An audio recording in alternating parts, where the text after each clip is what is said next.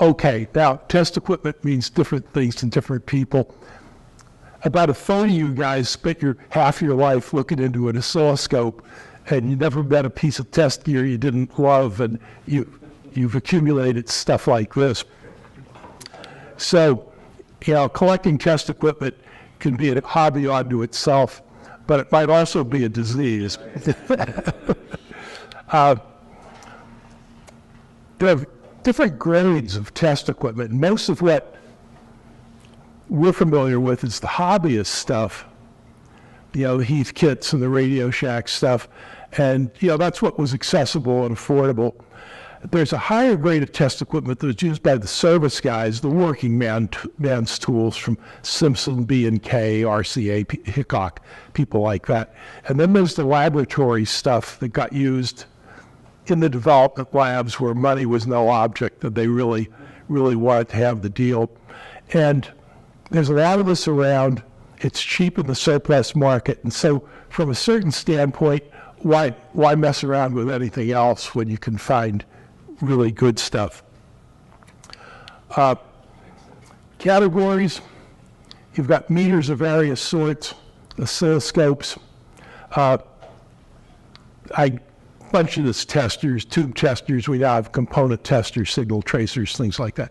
Signal generators, sources of signal to test line radios, and various accessories, and then some exotic stuff. We'll talk about each of these in turn. So let's just concentrate on the basic stuff you need to work on antique radios. And so we'll kind of go through that.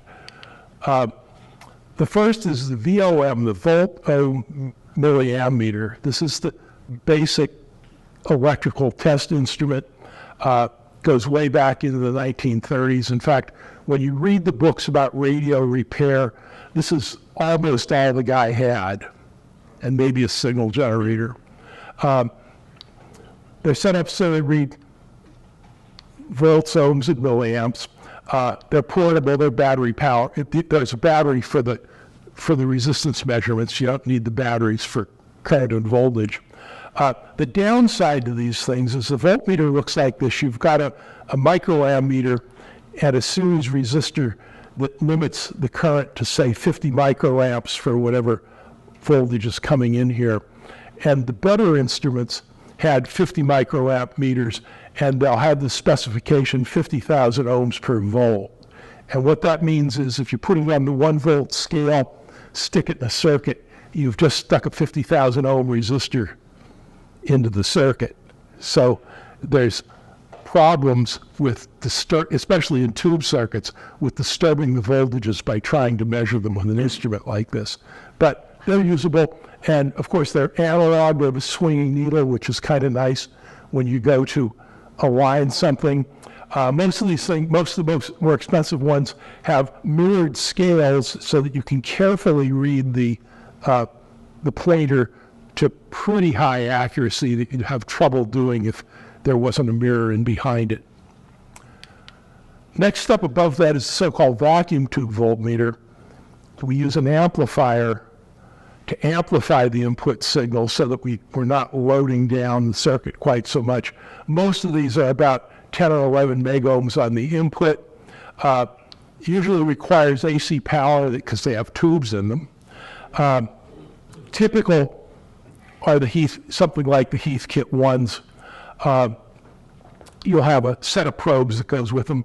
Really fancy one is the HP 410, Hewlett-Packard 410, and this thing has a probe down here that will measure AC voltages up to 700 megahertz because they have a vacuum diode in that probe to do the rectification right at the point where they're making the measurement. You don't need that, but that's how fancy these things got. Moving forward in time, we get solid-state versions of vacuum tube voltmeters. You start using FET transistors instead of voltmeters. That consequently have the so-called FET VOM. Radio Shack, Microna had some. Everybody made these. These are more desirable because they act like a VTVM, but you're generally battery powered, although this HP, this 427, one of my favorites, is AC powered. You can put a 22.5 volt battery in it and run it for a while, but you generally don't do that. But these are useful instruments. You need a volt ohm milliammeter. These can be real useful. The oscilloscope. Now, if you only had one test instrument, you probably want it to be a scope, a good scope, because a professional scope not only displays the waveforms, but it will measure AC and DC voltages, and most of them are pretty sensitive. Like you're wondering if the oscillator's running in this radio, you just stick the probe down beside the tuning cap and you can see the RF signal that it's going. So I highly recommend oscilloscopes. There's a problem with an oscilloscope. You walk up to it and you get that sensation. Oh my God, what do we do now? First problem is finding the power switch. I mean, there's so much going on these things. So you got to learn to fly an oscilloscope. And years ago, we ran our scope school. Somebody coined the term for it, scopes for dopes, and maybe we need to do that again one of these days and go through oscilloscopes. RF signal generators. Okay, especially if you're going to align a radio, you have to have some known source of RF to do that too. And there's vast arrays of things. One of the traditional favorites is the HP 606. There's one of these in the RTM shop if you want to play with it sometime. This thing is bigger than a bread box, however. Okay. It only goes up to 55 megahertz, so it's not going to take care of FM if you need to work on an FM set or a TV set. Standard signal generator, one of the things they do is as you tune across the band, the output level remains constant. So like if you wanted to do a frequency measurement across something, it would do that. Also, the modulation level remains constant. This is not the case with cheap instruments. So if you're down to actually making measurements, I swear this receiver will hear down to 2 microvolts. Well, this is the kind of instrument you need to do that.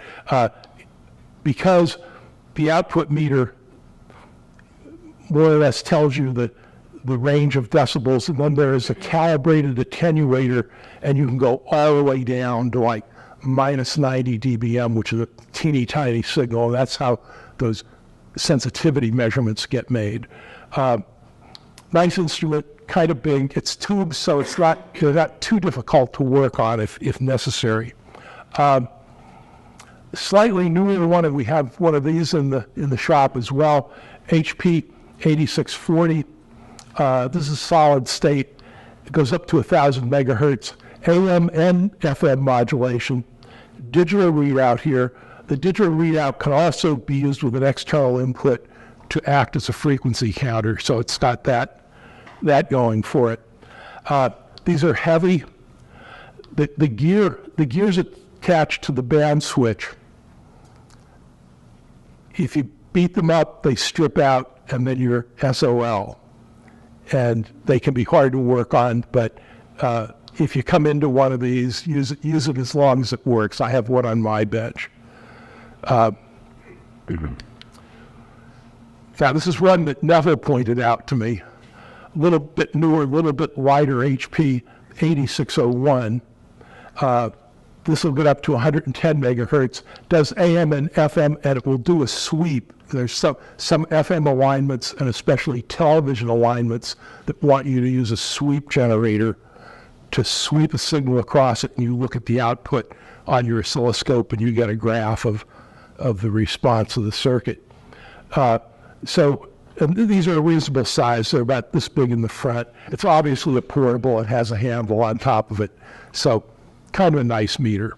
Now, probably for most of us, you end up with something like this. In fact, I picked up one of these just recently, RCA. It's very simple. It does have modulation. It does cover the frequency range. It says some vernier knob on it. And it will do the job. There's some cases where you need to take some other steps like a frequency counter or something if you need to put it exactly on frequency. But realistically, if you pick up a Heathkit or a ICO or something, simple generator like this, that's probably all you need. It's a whole lot better than nothing. Now, caution about signal generators, especially the fancy ones. The output from that attenuator is 50 ohms. And that's designed to go into the antenna input of a receiver. Well, you put a pair of clip leads on there and go poking around inside a radio, you hook it to 300 volts into 50 ohms, you've just trashed the attenuator, you got a big expensive repair, you probably throw the instrument away. So the solution for that is you need a blocking capacitor, like a 600 volt cap, in series with your test leads to make sure you don't damage your signal generator. People miss that. It makes me crazy. You see them just reaching for test leads or BNC cables or something, and you gotta do that. There are some inexpensive RF signal generators on the market. I've not looked at these. Like the expensive one here was a little over $100. This one was like $30. This one, but most of these, they're what they call function generators. They generate a sine and a square wave and maybe some other weird waveforms that make no sense to anybody, but they're inexpensive. And like this one is, most of these are digital, so they're on frequency. This one, and these were all things found on Amazon. I should have got the names, but there's stuff like this. This one actually has AM modulation, so that'd be usable if that's the route you decide to go here. But you kind of need a signal generator and a meter of some sort, and a scope. Tube testers. You also probably ought to have a tube tester. You're working on tube radios. These tubes are all 70, 80 years old, and so you get to a point where you need to understand this. There's two general types of tube testers. The inexpensive ones, originally inexpensive ones, are what are called emission testers. They take the tube, they connect all the grids in the plate together, and they run it like a diode and make sure that you're getting current coming off the cathode. Because what happens with tubes is the emissivity of the cathode wears out over time, the tube gets tired and it doesn't work. So for 95% of the cases, that's all you need to do is make sure the cathode isn't tired. So like I say, you need a tube tester of some sort, 40, 50 bucks, maybe you luck into one even cheaper. That'll take care of you. The expensive ones are called mutual conductance testers. And what these things do is they connect the tube in an amplifier circuit. They run an AC signal into it and measure the signal coming out. So you're measuring the mutual conductance, the gain of the tube. And in laboratory cases, this probably gets important. Maybe you're trying to match tubes so they're all the same. And the really famous one is Hickok 539. You'll notice a lot of switches, 3 meters on this thing, and eBay prices just start talking, pushing $1,000 or something for one of these that's working. We have one of those in the shop too, if you want to come and take a look at it and play with it. But like I said, you probably need a tube tester of some sort. Okay, the way to the future, modern test equipment. You can get high performance for almost no money through the miracle of slave labor in China. And this includes digital multimeters, digital oscilloscopes, and a new instrument called a component tester, and we'll take a look at these. Here's a DVM I discovered these about 3 years ago. I've saturated my life with these. $20 a throw. In fact, this brand is no longer available, but there's other instruments like this. Okay, it's 3.5 digits. In the old days, that was a big deal in a digital meter. Volts, ohms. It'll measure capacitance. It'll measure frequency up through the audio range. It will generate square waves. You need a kilohertz signal to do a quick test. You set this over to the square wave position and crank it up to the frequency you want. It's got a thing up here called the non-contact voltage sensor. You want to know if this piece of Romex has power on it and which side is which. You just hold the thing up there, it'll detect it. There's a backlight on the display. There's a flashlight up here. The damn thing makes beer and predicts eclipses, and it doesn't cost anything. And so that's typical of what's on the market. Don't be afraid of them. Buy one. One sidelight to this, I looked into this a little bit. I still haven't found quite the right answer. There are multimeters that will talk to you.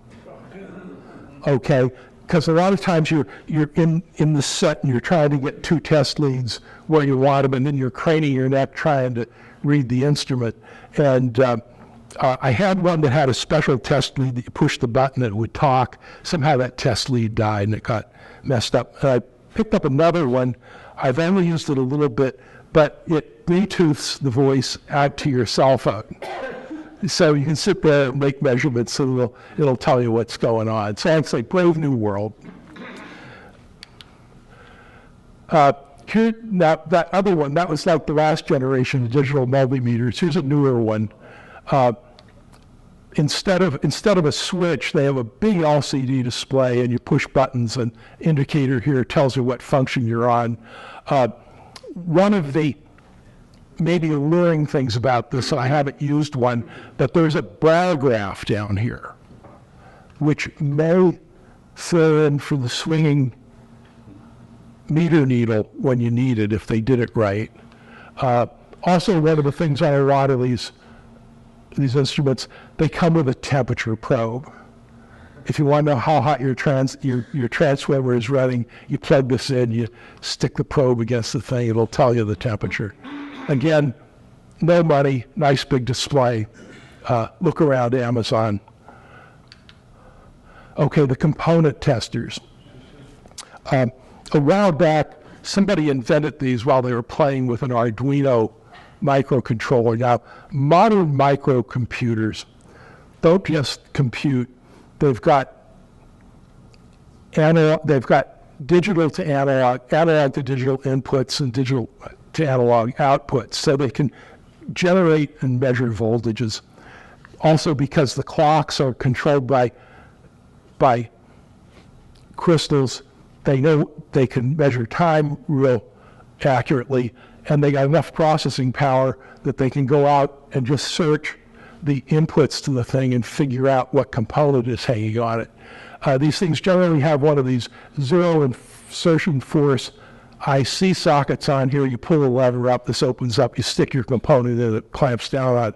Only 3 of those pins do anything. I mean, they're parallel to other ones, but really 1, 2, and 3. And in some cases, you'll want to extend that out to clip leads to get at some external component. But what these things do, you turn it on, wakes up, tells you you've got a good battery on it. If you don't put anything in it, it comes up and tells you, well, I don't know what's going on here. However, you do something like, here's a potentiometer plugged into 1, 2, and 3. It figures out that it's 2 resistors, tells you what the values are in 4 digits. Likewise, you stick a capacitor in there. It'll tell you the value. There's this characteristic called effective series resistance, which in some cases, like with switching power supplies, gets to be an issue. Radio use, that's not going to bother you too much, but they'll test ESR. Measure inductors. This guy just stuck an audio transformer in there. He hit pin 1 and pin 3, measures the inductance as well as the resistance of the coil he plugged into it. You plug a transistor in there, doesn't matter which way you plug it in, it goes out and sorts out pin 1's the emitter, pin 2's the base, pin 3's the collector, measures the HFE, that's the current gain, that's the important parameter. Also tells you the forward voltage across here, which in this case 0.675 millivolts, that tells you that it's a silicon transistor. You plugged it in, it figured this out 7 seconds later. It'll do the same thing with MOSFETs, field effect transistors. So real handy things to have, you know, $30 or so. Buy one with a nice case rather than one of these ones hanging out naked. But you probably ought to have a component tester. Digital oscilloscopes. Now this is kind of another case of the brave new world. I own a couple of really nice analog oscilloscopes, and I was a little skeptical about this, but I went out and bought this thing just so I'd be able to talk about it. And this is sort of a moderate priced one. Somebody will have to explain to me about the Chinese and consonants. This particular model is sold under a couple of brand names. I selected Yapuk because I could pronounce it as opposed to this FNIRSI thing. But anyway, it's a dual channel, 100 megahertz bandwidth scope, and it has a signal generator. DDS is direct digital synthesis, has a signal generator built into it. The ads claimed that it was 1 megahertz, and I said, well, that isn't really great, but I can at least do an IF alignment with that and maybe do the high end of the broadcast band on a harmonic of a square wave or something. But when I actually got it, I discovered it's a 10 megahertz signal generator. So you get all this in one shot. It's only about this thick, about this long, nice big screen. Doesn't weigh anything. Runs on a 5-volt wall wart. Generates some RF noise, but well, I guess we can tolerate that.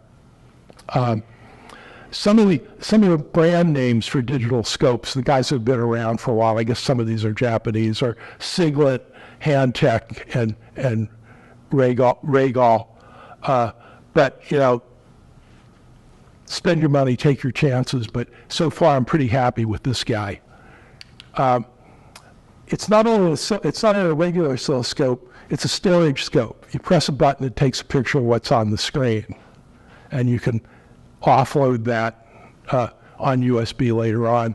This was the output of WINS while I was working on a radio, set up for DC in a 10x probe. It tells you here that the peak-to-peak voltage here was 4.28 volts.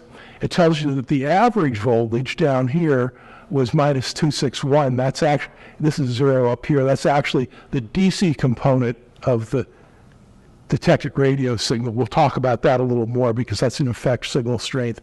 But anyhow, you get all this information right on the screen. If you had the other channel hooked up, that'd be down here as well. Isolation transformers. If you're going to work on AC/DC sets, you maybe need one of these.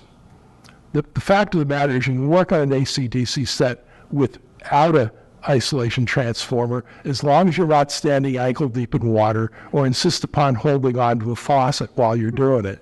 Okay, you get the plug in the right way around, and it's not too bad. That's what I've always said. And a couple of weeks ago, I'm looking at a Zenith alignment instructions, and they say, use an isolation transformer to protect the test equipment. And that's exactly what the danger is. You take a scope probe from a grounded scope, and you clip the ground lead in the wrong place in the radio, and you burn the ground lead off the test probe. Okay, so you're going to mess around with AC/DC sets. You need an isolation transformer. I had one about 3 or 4 months ago. I screwed up wiring a power cord, plugged it in, left it sit there, and burned out my transformer. So I was looking for another one. The only ones I really found, you may remember the Jameco company. They're doing business through Amazon. they sold me a 300-watt transformer for $50. Transformers are iron and copper. They're always expensive. 300 watts is probably enough to do TV sets. So that's not, if you got to do that, that's probably a good choice. And when you're trailing the flea markets, you find an isolation transformer, buy the thing, because it's a useful thing to have if you're going to work on AC/DC sets. Here's kind of an off-the-wall one, but I just thought I'd trail this by because they're really handy. Tube socket adapters. And the military had this set of these things, and if you see a set of these, grab them. And what you got is a tube base that has a socket on top of it, and then there's contacts around the outside here. Because you get into some of these radios and the wiring is really crammed. You're having a lot of trouble getting in there to make measurements where you need to make it. You pull the tube out, you stick this thing in, you stick the tube in, and now you can just go around the tube pins and make your measurements from outside. You don't really need this, but if you see one, glom onto it. Good question. Yes. Is this supposed to be like a test socket, or is it a adapter? It's just an extender for the tube that gets you contacts out here. Yeah, I was making sure there was no distinction between a test socket. Yeah, the socket savers on a tube tester are different. They don't have the contacts around the outside. No, I meant like a test. Well, one to some kind of test set or something. No, these are same thing out the top as comes in the bottom. All right. Just male pins on the bottom and female on top. Just thought I'd throw that in there because I'm really glad I own this. Every once in a while, it just saves your butt. So anyway, let's talk a little bit about how you use test equipment. And like it or not, you got to learn to read schematics. Okay? And here's an All-American 5. And I highlighted the signal path through this thing. Signals come into the grid of a tube. They come out the plate, get to the grid of the next tube, et cetera, et cetera, et cetera. My trick with AA5s, in fact, I learned this in signal school up at Fort Monmouth. They had a room full of All-American 5s with bugs in them. And they made us spend a week in there working on these. And by the end of the week, I could find any bug in any one of those radios in 30 seconds. Okay? And where you start is right here at the volume control. You turn the volume control all the way up. You take your finger and your screwdriver and you touch that. If you hear the hum and the click out the speaker, then you know this half of the radio is good and you got a power supply. You know, if that's no good, we'll check the power supply and start working on these points here. And then from there, you can come back here, feed a signal in here, see if it comes through. In some cases, just a screwdriver or a piece of wire from an antenna, you can get enough noise fed in to know what's going on. If you're good here and you're still not hearing anything, then you got to wonder whether this oscillator is running. And that's when either you wave a scope probe in here, or a running oscillator is going to end up with a small negative voltage on the grid there. You could measure that voltage with your voltmeter. But so you're signal tracing to the bad stage. You got this whole radio, and this is a simple radio. You might have 15 tubes, well, now what's going on here? You got to get down to the tube. You get down to the suspect tube. Now, let me talk a little bit about signal injectors. These are devices that generate broadband noise, both audio and RF, and you can just stick them on a tube grid and squirt a signal into the radio you're working on. This particular one, I have one of these, came from a ESM-3A test tool set. This was a box of stuff the Navy had. I think it was so they could give it to guys on PT boats, and then there wouldn't be a one-legged man in an ass-kicking contest when their radio broke. The box contains all kinds of test equipment, even a tube tester and substitution boxes for components and whatnot. But this thing, and this is just an electromechanical buzzer. There's a penlight battery in there. You push on the back of it, it buzzes, signal comes out. In fact, it's really fancy because when you turn the back knob here, it varies the output capacitance, so you can actually vary the signal. Don't know where you'd get one of those. However, you can pretty easily build a signal injector. High-speed logic chips, and it's pretty easy. 2 inverters, two resistors, a capacitor, makes a square wave oscillator. You set it up for about 1 kilohertz. Use another gate or something to buffer it out. Blocking capacitor, so when you stick this into a 400 volt radio, it's not going to get into trouble. And that ends up,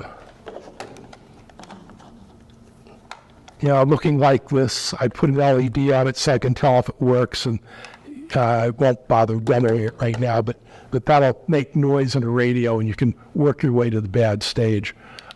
Inside that thing, it's real simple, just a little piece of perf board with those components on it, battery holder, the LED.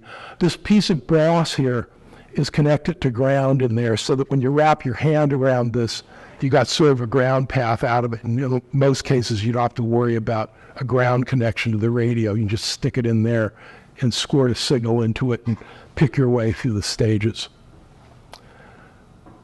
The other way to do that is with what's called the signal tracer.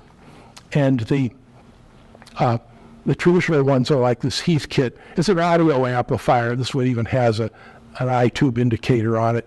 And this probe has a switch on it so that in the audio position, it's just capacitors feeding through into the amp. You put it in the RF position, there's a diode in there, so it'll detect an AM signal and get you audio out of the thing. I see some articles on the web, some people have built some really sophisticated signal tracers with high gain amplifiers in the probe and all this kind of stuff.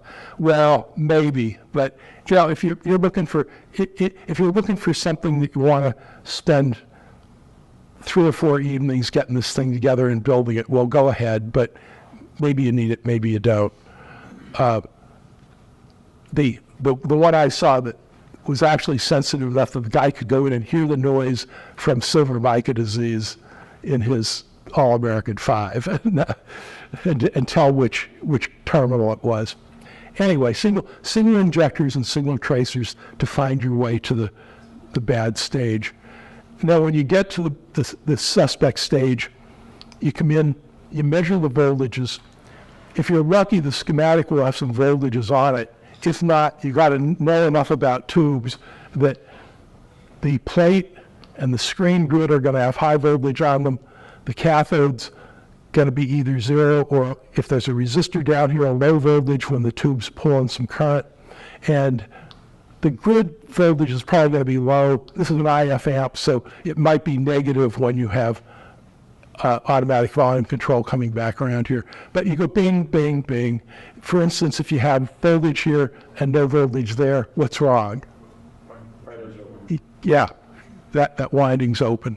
So you find the bad circuit, and then if necessary, you take your ohm meter and pick out the bad component and take care of it. Now, if you think everything's right, this doesn't work, well, then change the tube.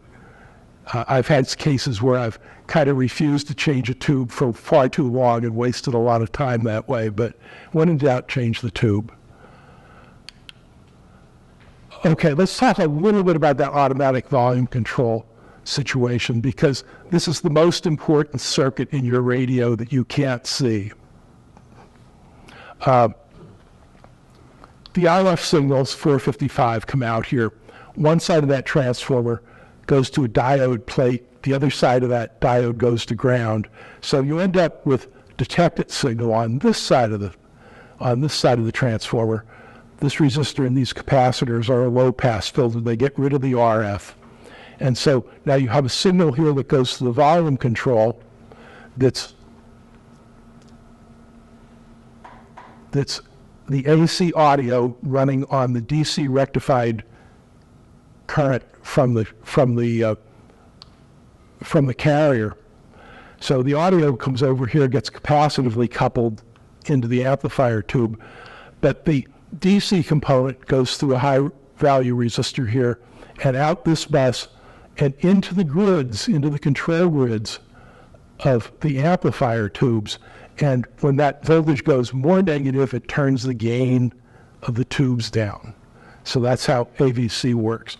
Now, it's good to understand that. In fact, one of the trouble spots, it's often a 2.2 meg resistor here, and a lot of them have drifted high to 5 meg, and now the AVC doesn't work right. And so always take your ohm meter to that resistor. But if you monitor the DC voltage at this point, it's in essence what on a communications receiver is called an S meter. That voltage is equal to the signal strength, so when you tune a station or you make adjustments to the tuning of the IF, you see that voltage change. The traditional radio texts don't tell you this. They have you putting an AC meter on the output at the speaker output and measuring the tone from the signal generator coming through there. Well, yeah, that's okay. The tone gets annoying and all of that.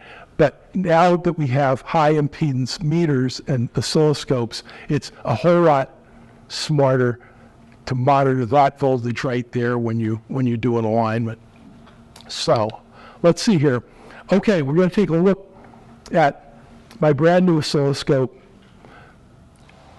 doing an IF alignment at 455. Now in the beginning of this video, you'll see the signal come down. That's while I took the two ends of my test lead, shredded them together. I'm looping them around the corner of the radio to catch the ferrite loop.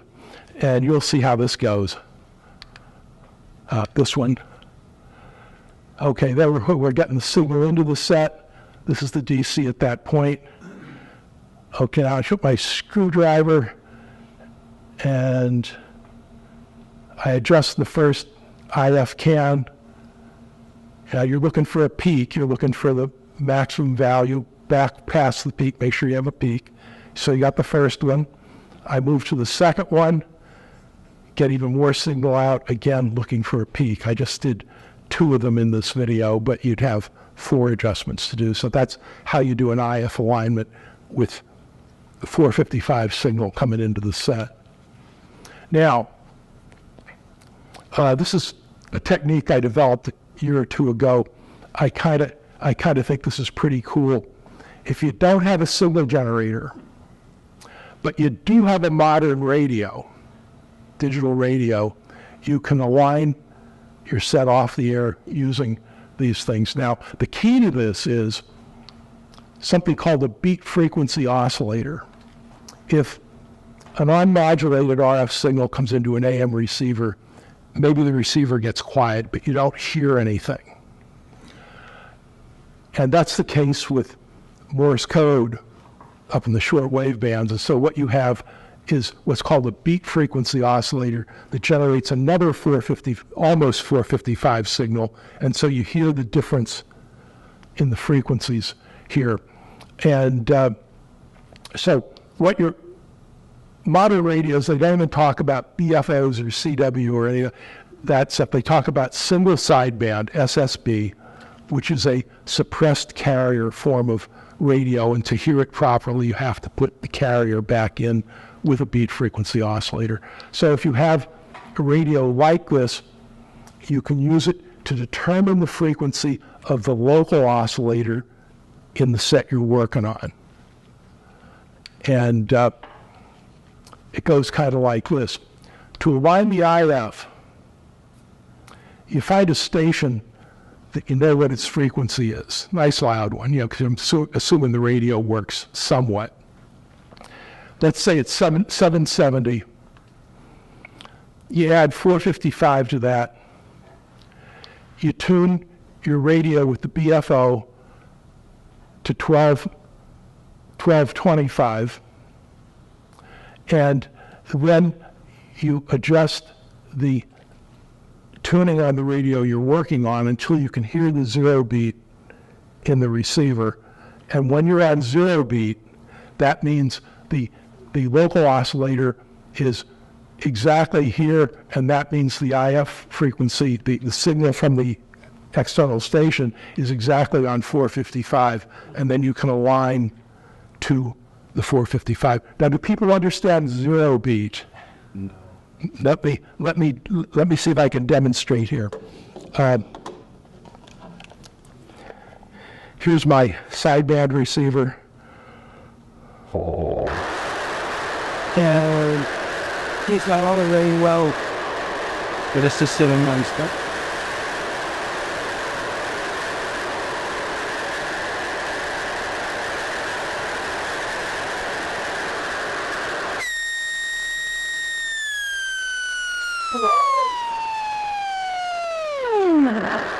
And the down to fewer, they go right on the station. By the side down, you see that you can always hear what the one side is keeping it. There's some believe this thing.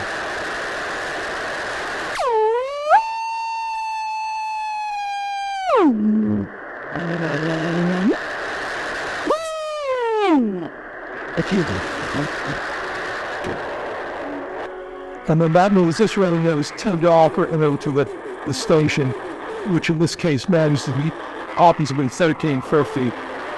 Oh, it's not very strong in here. But now you've got a 455 signal in your IF, and you can go ahead and align it. Let me get my controller out with my signal injector. And so you do the RF, and then for the RF, the alignment instructions will usually give you a low frequency and a high frequency. You say its low frequency is 600, you add 455 to that. Listen for your oscillator there and verify that you're on the 600 mark on your tuning dial. At the high end, maybe it's 1500. You verify you're on 1500, and you do the oscillator trimmer to put it on the mark on the radio. So you can do it, and you get a nice radio out of the deal. This is a Texan PL880, by the way. They're about $160. They're pretty nice sets. There may be some more inexpensive ones that do sideband. I haven't looked at it closely. So let's watch tuning station on the scope. And here you see the signal strength increasing and the audio coming up. You might even hear it. Even the numbers is hope that the able to clear the and peaking it, turning off, tuning back onto the frequency. That's in essence your AVC voltage. turn it off. All of this soul stroke Have me? on this old Ford. Scope probe on that test plate I showed you just past the detector. Back. Let's right here. You line control or at to the resistor? Pardon me? At the line control or at the pick? Well, you got to read the schematic. In this case, it's the top of the volume control. Sometimes there's some other stuff going on there, but a lot of radios, it's right at the top of the volume control. It's in this circuit before you get to the high value resistor. So that 3 meg is like a plug voltage divider. Well, the 3 meg is the 3 meg in this cap out here are a low pass filter that get rid of the audio on the AVC voltage. If you don't do that, the audio will demodulate the signal. It'll turn the gain down when the audio goes up. And yes, See the test probe there. You're getting an AC signal in the scope. well, yeah, you're getting the recovered audio. Okay. Oh, okay. You're getting recovered audio plus the rectified carrier, which is a DC component. The scope in that thing was, the scope's DC coupled, so you're seeing DC and the audio's riding on it. Some was purposeful. Will they wear the inflated light overs? Anyway, couple of other things. Variaction dim bulb testers. Like I say here, opinions are like earlobes. Everybody has a couple of them. My opinion is horseshit. Okay, there's this school of thought, you have a radio, you don't know if it's any good, you plug it in, we'll bring it up slow on a variac. Well, what the hell does that do? First of all, the tubes aren't going to warm up until you get partway into the voltage, and this, that, and the other thing. The other thing is a dim bulb tester. You can plug a radio in there, and you can judge whether the radios are short or not. If you're going to work on a radio, you ought to open it up and take a look at it, step one. And then when you do plug it in and turn it on, watch the rectifier tube. If the plate turns red, turn it off. Okay, you're not going to burn out your power transformer in 30 seconds or a minute. Okay, and that's all you need to do. And so, yeah, if you feel good about having constructed a dim bulb tester and having it take up space on your bench, well, go ahead and do it. But it's just not where I'm at. What I do use sometimes is one of these things. It plugs into an outlet. You plug your device in here. It'll measure the voltage. It'll measure the current. It'll even calculate the watts. So like you have a radio, it says it consumes 35 watts, and you think it might not be doing that. You can plug it in and see what's going on. These things will even accumulate kilowatt hours if you're, into some energy economy thing or something where you're trying to figure out how much power your refrigerator uses. Anyway, I don't know, these things are $30 sort of stuff, and not too bad to have, and they're that small, and they'll do the job. Another thing I like, if you happen into one, is a variable bench supply, a high voltage supply. This one's a Heathkit. The high voltage is controlled by one knob. There's also a current knob, well, as high voltage, and then there's a current meter. This thing also supplies 6 and 12 volts for filaments if you're building a circuit and working on it. It also supplies a C voltage. And so this is good if you're developing something. The other thing it's good for, if you have a radio that has some internal power problem and you just can't figure it out, you take the rectifier tube out, you connect this DC supply into the input of the filter caps, get the filaments going, and now you can ramp this voltage up and watch what's going on inside the radio without causing any damage. So if you see, this is one of those things, if you see it, grab it. You don't really need it, but if one comes along, they're nice to have. Soldering equipment. Now, many of us for years just used those Weller temperature-controlled soldering stations because either we filched one from work or we bought one cheap at a Hamfest or things like that. And they were good. They're temperature-controlled. They don't burn the tips out by sitting there without using them. But they do wear out. The heaters wear out. They're getting expensive to repair. Who uses more soldering irons in the world than the Chinese? They have this under control, believe me. I bought one of these soldering stations, then I bought another one for the shop.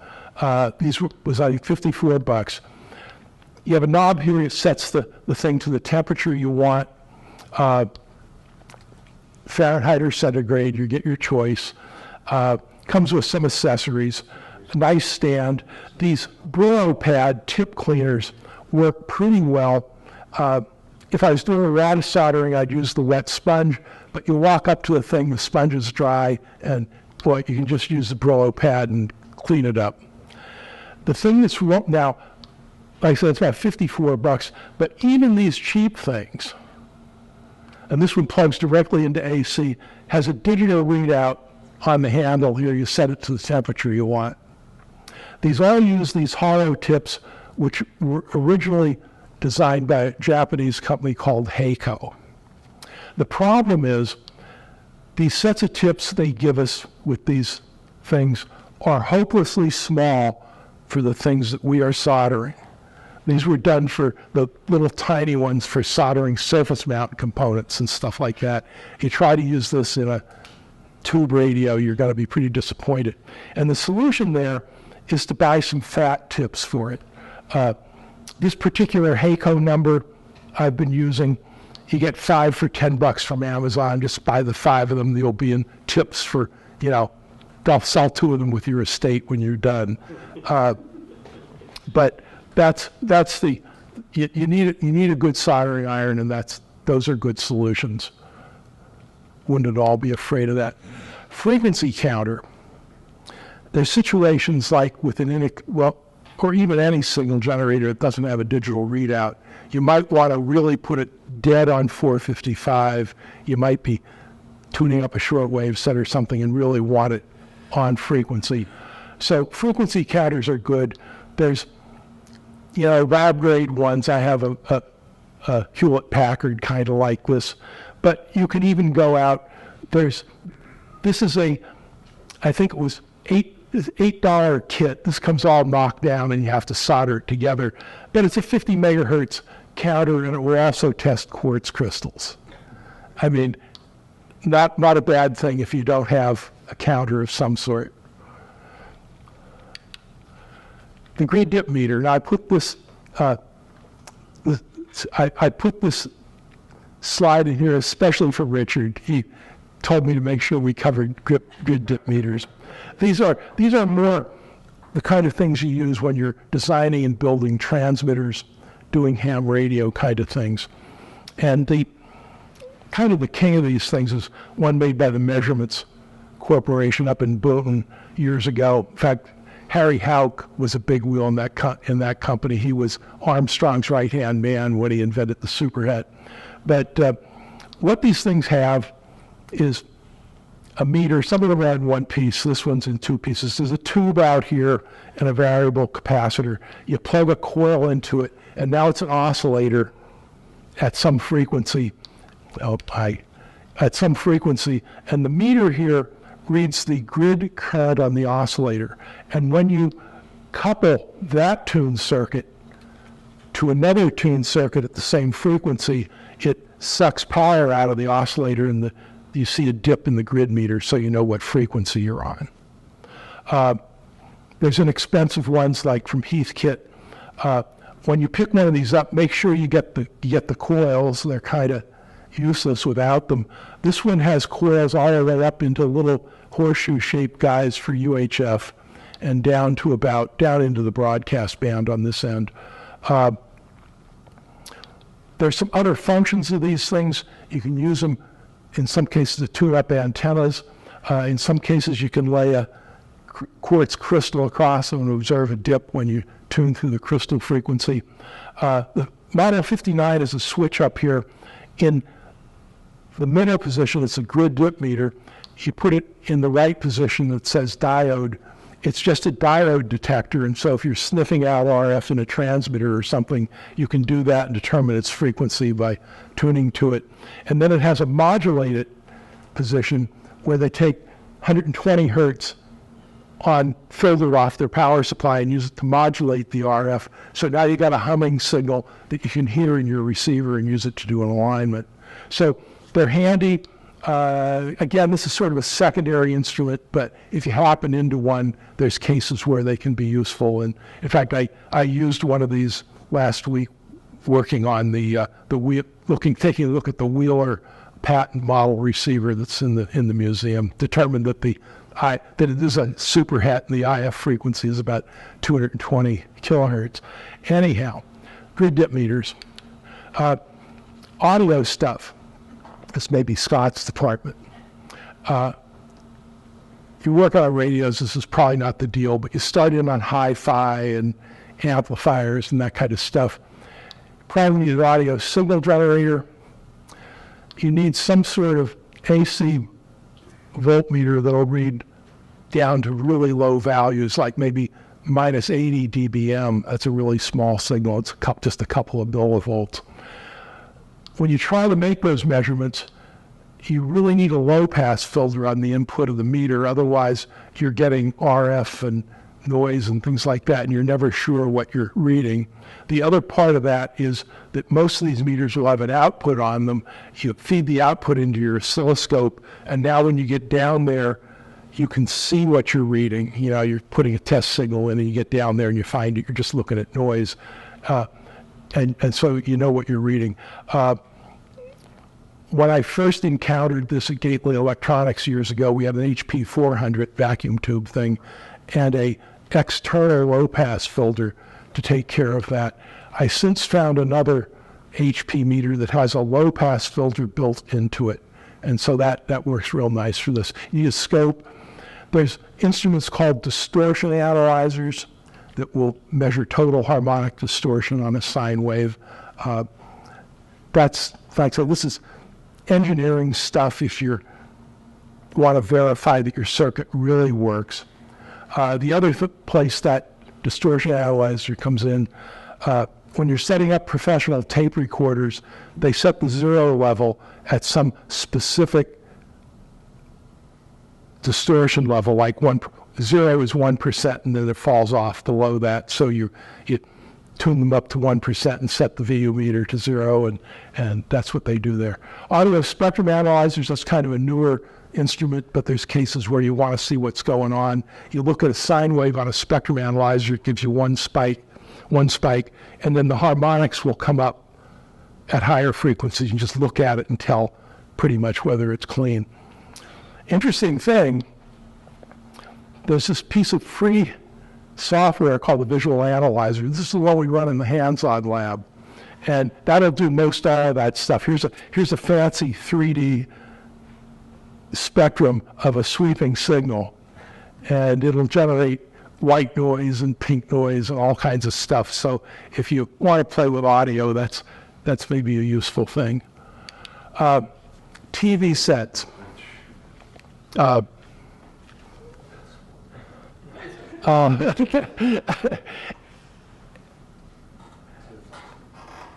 You're really getting into deep doo-doo when you start on a TV set. You have to have your stuff together, and you have to have some test equipment. You obviously need an oscilloscope. There's things called bar and dot generators. You replace a color picture tube, and you've got to go in and converge the damn thing. You need a high voltage probe because we already had one of those. I already had one of these in the shop stuck into the high voltage end of the TV set. It's dead now. High voltage probe is this plastic thing about this long with a giga-ohm resistor in it or something that that drops the voltage down to your normal meter. High voltage probes. Degaussing coils, color TVs, you have this steel shadow mask that gets magnetized. So you have this coil you wave around to degauss them. You get down to cases, CRT testers, feedback testers, RF sweep generators, et cetera, et cetera. Yeah, they're the devil's spawn. I'll work on them under duress, but I really don't like it. And you have to have your shit together if you're going to work on TVs, especially Matt. Tell about predictors, Matt. I never worked on one because I'm afraid that. I mean, they're so cool. Those especially difficult because they tried to do small space to make that cool shape. So that they made it grid circuits and things, and there's no like disconnect for the board. It's all wire wrapped together. Yeah. Okay. The real reason people hate them to work on is partly because they were notoriously unreliable. But that big circuit for it, which, as Matt said, is wire wrapped with, I think it's either a gazillion or an infinite number. Okay. but that's here to mount it on top of a metal plate, which makes all the connections inaccessible underneath it. So to do any type of work on it, you either have to unwrap all those wire connections, don't break them, and then put them all back on. Or you cut the components at the top, we put a quig on it, which people don't have to do for some reason. Yeah. Oh, man. The dealers didn't even want to sell those sets. Oh, well, it's a whole other world that ain't a radio. some exotic stuff. And I saw one of these here earlier this evening. Tiny spectrum analyzer. It's this big. She'll do our spectrum analysis way up, all the way up to God. I don't know, how much was that thing? $229. Oh, that was an expensive one. And again, kind of cool. Vector network analyzers. I almost understand what that means, but this thing will generate a signal that you feed into this thing you're looking at, and then it will measure the voltage and the phase of the signal coming back out, and you generate these things called Smith charts and whatnot. Neville, can you, in a minute, can you tell us what's going on here? Probably not. It's a receiver and a transmitter. Yeah. And you pass the transmitted signal through the thing you're trying to measure, be it a filter or whatever, amplifier state, and detect the result on a receiver. There's a lot of nifty tricks you can do with it. For instance, it can replace a grid dip meter. Yeah, you could. For its own reflection, which is called S11. You place a few turns on a BNC connector or whatever Finstetter thing, and bring near to insert it, you'll see a little dip as the unit sleeves. So therefore, you don't need to buy a measurements 59. You can use one of these. And the tiny spectrum analyzer has a wonderful built-in signal generator that's fully synthesized. You can set it down to like 10 or 20 kilohertz all the way up to halfway to light. It's adjustable at what fantastic resolution. You can modulate it with a choice of audio frequencies. It's an amazing device, and of course, it's all based on cell phone chips and such that were developed for, of course, other purposes. So we can thank China for that, and it's well worth the $100 or maybe $110 for the two of these devices can take the place of an awful lot of other testing. Yeah. If you wanted to, if you get where you want to delve into some of this stuff, there it's kind of cool. Well, anyway, questions and comments. Some brand names. Yes. I'm sorry. Brand names. What products? Which analyzer were you using? Well, there's a whole bunch of them. They're all seemingly come out of the same factory, except there are slight variants. It's been said that if you look in the side of the vector network analyzer, if you see some metal shields, that's the one to buy. They can cheapen them by a couple bucks by leaving out some of the shielding, but that's not the best ones, I guess they'd say. Yeah, like new ones also have a metal case. Yeah, if you can, of course, there are more expensive versions with screens that we can see when we get older. Yeah. This is also to be recommended. Yeah, I mean, you're talking about a screen this big, and I have a VN. I've showed it to you guys on Zoom. The little oscilloscope is that, and it's square. It's good for 200 kilohertz. I use it to check power supplies. Yep. I prefer the UPS if you want to put lithium iron phosphate batteries in an APC or any UPS. You have to check for the anti-sulfate spike. And I used it for that, and it fit right in my pocket, so, you know. It's great. Yeah, some of the stuff is nuts. I mean, you can carry a whole laboratory, in a box like that. Another question? Yes. I just thought I'd say, I bought both of these, and both of them from a company called RSIG, and they have really good technical support. I thought I was very pleased with them. Let's see what went on. And some I bought the Nano VNA for $129. Yeah. Yes. Is it typical for devices like that to be able to save a JPEG image you can send to your computer? Yes, you plug into a USB port on a computer with default. Yeah.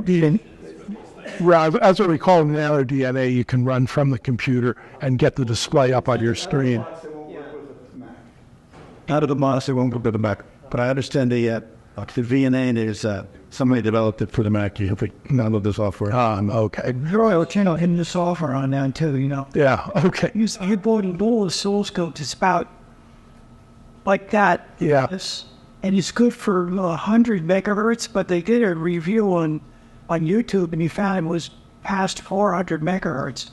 And it has a video output that you can put to a monitor. Oh, well, that's cool. I was kind of looking for one of those. Like $62. So I didn't swap in something. These Yeah, Dave. Can we go back to the isolation transformer for a minute? Yeah. All right. Well, just there seems to be eternal arguments online. People talk about isolation transformers that don't really isolate. There's apparently two kinds of isolation transformers you can buy. One passes the earth ground through, and one does not. Well, that's not an isolation transformer. Apparently it is. Every time I start to think I understand this stuff, I go back and I go, nah, I guess I don't. Get your own meter out.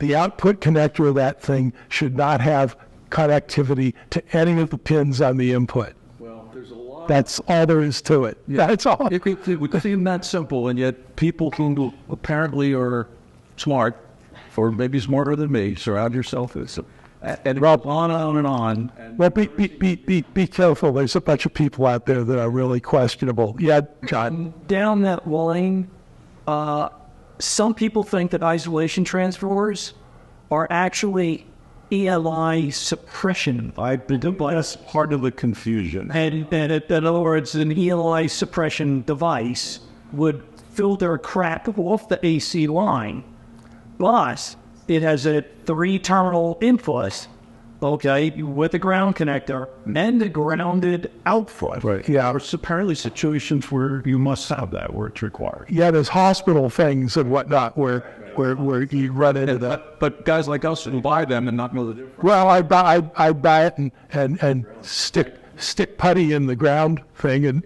you know. JB will. Yeah, yeah. Right. Well, in the ground, it does out. You know, the idea of buying the lab stuff because it's better, it's cheap now, versus buying this actual cheap modern crap is how accurate is this stuff, and do we care? Like the $20. That's sort of the disgusting part. That $20 meter, the voltage reference in that works on quantum physical principles, and you take any two of those meters, and they will agree to a high degree any voltage they're reading. So the old stuff might not even have done that. You know, there's always the argument like, oh, I'm going to buy me a fluke meter, but they're really expensive, so I'll buy one that's 40 years old. Is it worth it versus? Well, especially flukes. I have an old expensive fluke that has nothing but trouble with its LCD display, and buy a cheap Chinese one and be happy. Yeah. I got two comments to make. I bought one of those component testers with the Arduino type circuitry. Yeah. And that one actually, you can test the remote controls with it. You can actually read out. Oh yeah, some of them have an IR photo cell on them. You point the remote at it, it does ones. Yeah. The other thing I wanted to mention regarding isolation transformer series, I've taken transformers that have like 110 and 220 windings in it, and I would just feed one of the windings, and the other winding would be isolated. Yeah, For yeah. small power applications. Or for that matter, if you have like a couple of hefty filament transformers, connect the 12 volts together and just run 117 in one side, 117 out the other side, you have an isolation transformer. It's kind of what you have laying around. It's kind of, yes, Scott. Now, I want to make sure I heard this correctly. With an isolation transformer unit, the earth ground going to the output of the isolation transformer band. Bad. No, you don't want that at all. Now see, on the input, the 3-prong input, you have the ground prong, which goes back to your service panel, goes to earth. You also have the neutral, the right wires. They go back to the panel, and somewhere they go to earth. Now, you don't want any earth connection on the side where you're working on the radio. So neutral and hot come into the primary of the transformer. 2 wires come out of the secondary and go to a 2-prong plug, and there's no connection there to ground whatsoever. Most of the radios have just 2 prong. Yeah. Then, like you said, kind of confusion was coming. There's these RFI suppression transformers that are actually isolation transformers, but they carry the safety ground through to the output, and then people get confused. Yeah, you can get a 12-inch. For what we're doing, that's bad. It's on male to And on the male end, just clip the green. Yeah, there's all kinds of ways to beat that, but you just have to be aware of it. On my isolation box, Yeah. it has 3-prong sockets on it. Should I just leave the ground part open? I would think well, you're not going to have anything that you're going to plug in there that's going to make a difference, because all of your AC/DC radios are just 2-prong plugs, so maybe it doesn't really matter. You're saying it doesn't matter. It maybe doesn't matter, but Working on a device with a 3-connector plug, you could blow up your oscilloscope if it is grounded. yeah, I think I'd lose those ground connections. Those adapters, Yeah. the ground. Question. I understand you need the point of the cannon. And everyone switch. 0.05 compatibility, the signal generator, It's on for say. to your, and the radio. Yeah. 25. Do you also need a 0.05 for 0.01 in the ground side? Not really. Well, Because I've noticed you sometimes get like an AC-induced current to it. you could, especially if you don't have an isolation transformer. That's what I normally assume that the ground from my test instrument is going to ground the thing I'm working on positively. And like I said, that's where you get where you'd have the trouble with a hot chassis and an AC/DC set, and then you got a short from the hot in the radio to the ground of the test instrument. Now you have a problem. Do you can discuss variacs and isolation transformers? Which drew before which? I put the variac before the isolation transformer. So Dave. And I've also been monitoring a discussion or an argument. People are saying, well, you don't need an isolation transformer, just use a GFCI. I suppose that would work. But it just seems Well, it could, but yeah, I mean, here's the problem with the All-American 5. So let me see if I can get back to this. Where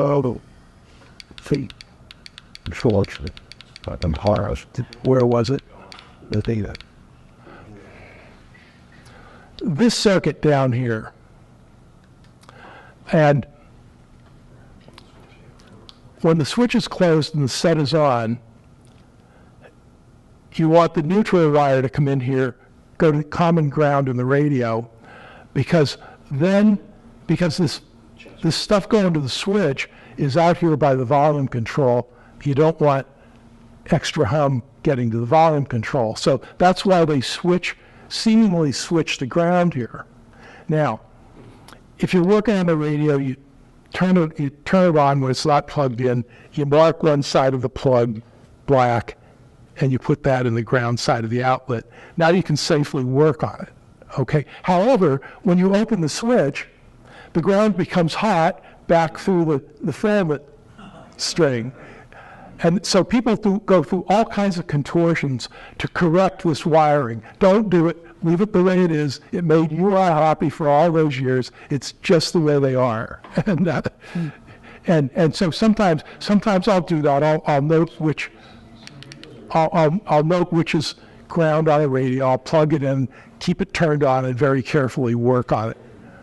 And but isolation transformer is the right answer. just shoves. Well, Al, Yeah. well, you use an isolation transformer, and you hook your test equipment. It's a ground and plug, and you put the ground lead of test equipment to the isolation side. Aren't you introducing a ground? Well, you're putting the ground on there, but no current can flow through it because you don't have, because you're isolated from the input of the from the input of the radio, from the input of the thing. Yeah. Very good question. On this schematic here, you have an input capacitor of 50 microfarads on the 35Z5. When I looked that up on the 35Z5, they said the maximum capacitance should be 40 microfarads. Oh, you mean here? Yeah, right. So what do you do in a situation like that? You're making it 30, and then after the resistor, you put it 50, or well, which difference does it make? That doesn't make a lot, but see, you want to be you don't want to make this 200, okay? Because what this capacitor is doing, of course, you have rectified AC coming out of here. The ripple current goes through that capacitor to ground and represents current that's being drawn through the tube. So if you go crazy on that input capacitor, you draw extra current through the tube, and in fact, in a transformer set, now you're going to draw extra current out of the transformer. So you don't want to go crazy on that input capacitor. If you have more hum than you think you ought to have, make the one on this side big, because this is just feeding the plate of the output transformer. Hum doesn't really matter there, but if you're going to overcap it, do it on 40 to 50 doesn't make it to depth. well, I won't. 10%. No, nobody cares about Don't that. forget, in old sets like that, the caps had plus 100%, minus 50%. Yeah, they were all over the place. Plus 80, minus 20 was the usual. No, they went as much as a plus 100%. Well, whatever, but they're all over. They were all over the place. But you're talking. I wouldn't go too crazy about 40 or 50. Like I say, you just don't want to go in there and put 200 or 300 in because you think it's going to make it quiet. Okay, well, thank you.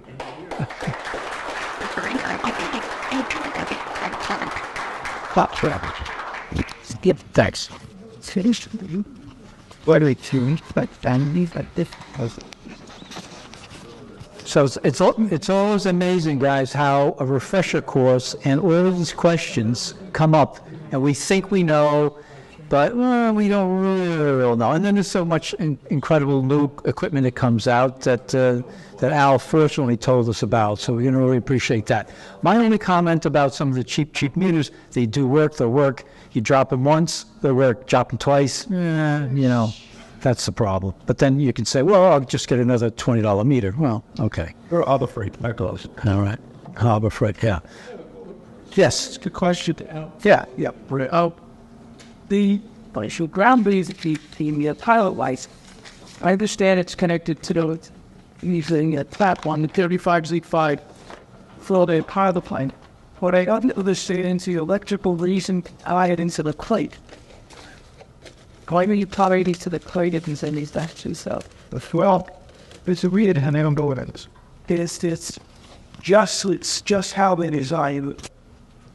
Okay, so then they draw 150 mils through the heater stream, plus some more current here to provide you the plus.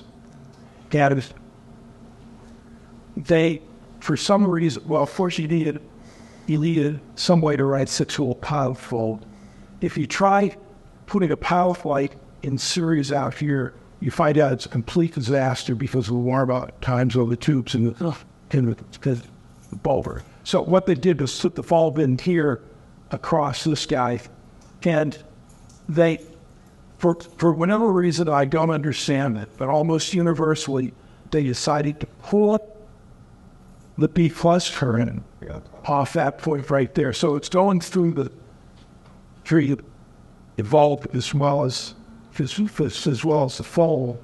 And when you turn the radio on, the bulb comes up, the bulb dims down, has this soul that heats up, and then later on maybe the bulb will flash when you have high audio peaks on the output of it. And that's just the way they did it. And there's probably a good reason for it, because they were being really careful about these dev. Yeah, well, that first section of the filament was supposedly a fuse. It could be The B plus. Take out that first section of filament. Okay, here's another thing too. If you leave a dead pilot bulb in there, you beat up that section of filament, and then you eventually lose your rectifier. Yes, even for the original specification called for a resistor to be added there and be in parallel with the light bulb in case the light bulb failed. Then you would be able to shut. Yeah, I'm not sure if that was in the original sex, that that's one of the hacks. It's in the airguns YouTube, but for me, it's in the RCA. Oh, okay, but I'll take a look at that. My recollection is it's 240 ohms, and you probably need 2 watts.